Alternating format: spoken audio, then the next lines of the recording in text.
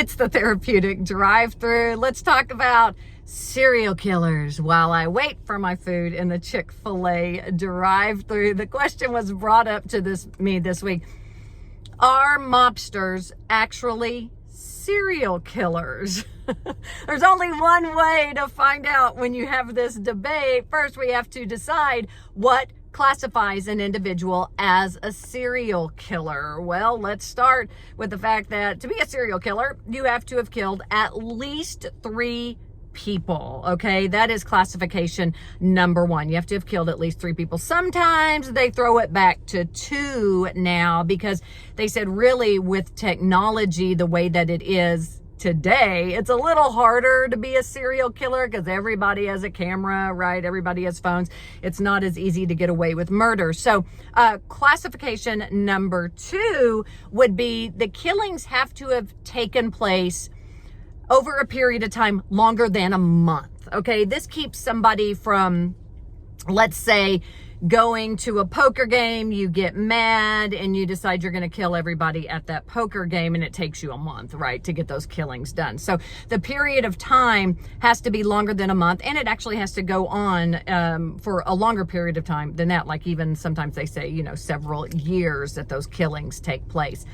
Number 3 is all of the victims have to have an identifying characteristic, something that makes them all similar. So maybe it's race, maybe it's sexuality, maybe it's demographic, maybe it's location they live, maybe it's appearance.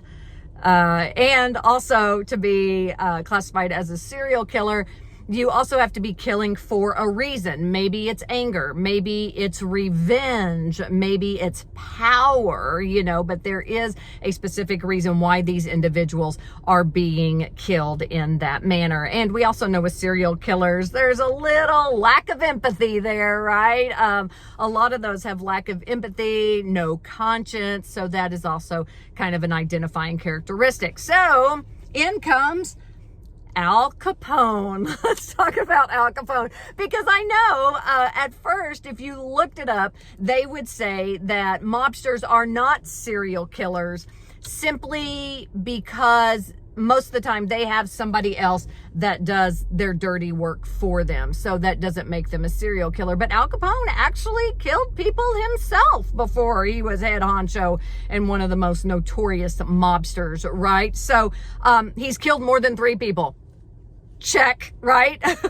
One step closer to being a serial killer. When you look at him, he also killed people. His time frame for killing people was longer than a month. So check that. He actually started killing people, in his 20s even.